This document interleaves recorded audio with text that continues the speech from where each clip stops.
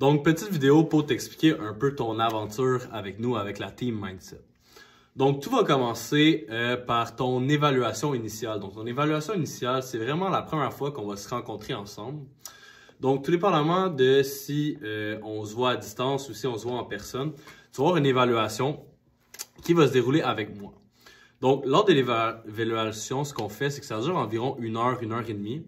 C'est vraiment une séance où on va setter les bases. Dans le fond, on va établir ton programme d'entraînement initial, ta périodisation à long terme, donc vraiment ce qui s'en vient pour toi dans les prochains mois, dans la prochaine année. On va établir les objectifs, donc on va établir les objectifs pour la fin, pour le long terme, pour le milieu de terme et pour chaque mois. Et c'est vraiment là que je vais t'expliquer un peu les différentes phases d'entraînement qui vont être dans une autre vidéo. Donc, à chaque évaluation, donc surtout lors de la première évaluation, on va prendre le temps de faire ton programme, prendre le temps de faire ton alimentation, voir ce que tu aimes manger et tout. On va regarder tes forces, tes faiblesses au niveau de tes muscles. On va regarder ton mouvement.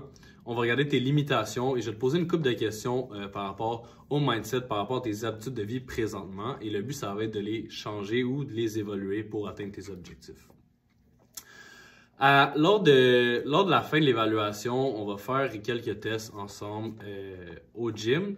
Si jamais ces tests-là ne sont pas faits, des fois ils sont faits à la première séance d'entraînement. Lors de l'évaluation, à la fin de l'évaluation, dans le fond, on va avoir 3 méthodes pour mesurer ta progression. Donc, que tu sois en perte de poids ou en prise de masse, si tu es ici, c'est que tu veux une transformation physique.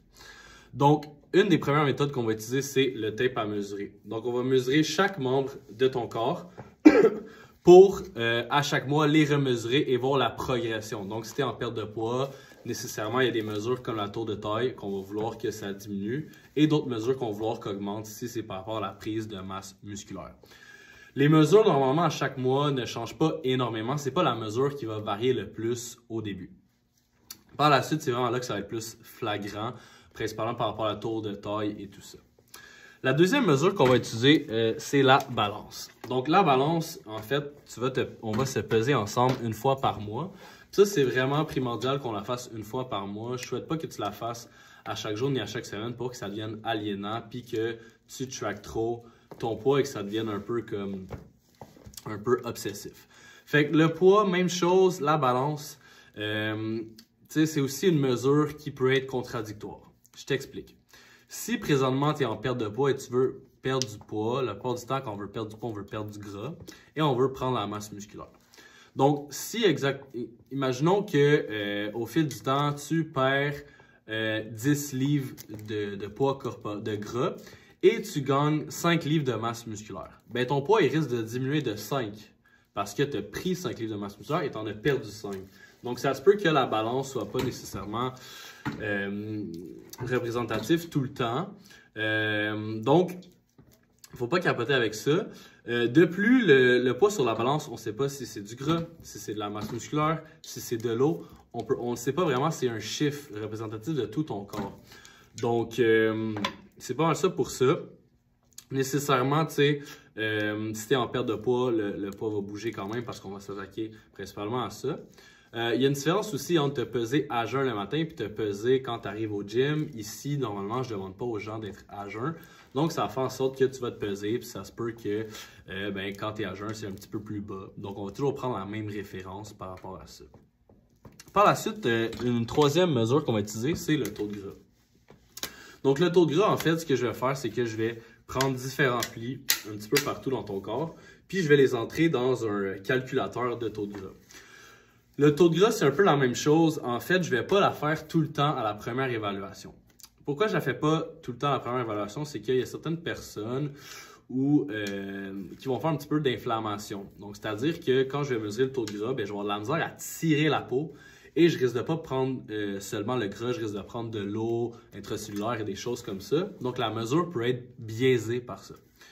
Une autre chose par rapport au taux de gras, en fait, c'est que ça va vraiment varier par rapport à si tu as bu de l'eau dans ta journée, à quel moment qu'on le prend, si tu es une fille, si tu as eu tes règles, plein de choses comme ça. Donc, ça peut vraiment être, ça peut vraiment changer. Donc, nous, on va toujours prendre la même marge d'erreur à chaque fois. Donc, c'est-à-dire, on va prendre les mêmes plis de gras environ au même moment.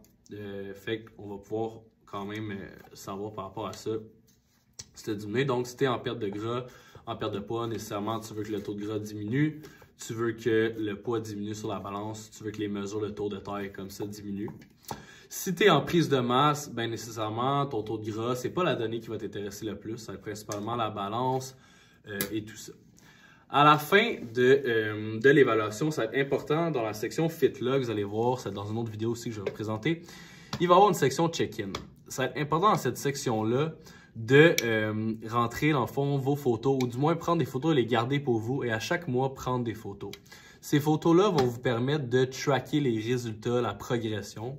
Je sais que ça peut être touchy pour certaines personnes parce que, bon, j'ai quand même une clientèle féminine et masculine, mais principalement, il y a beaucoup de femmes.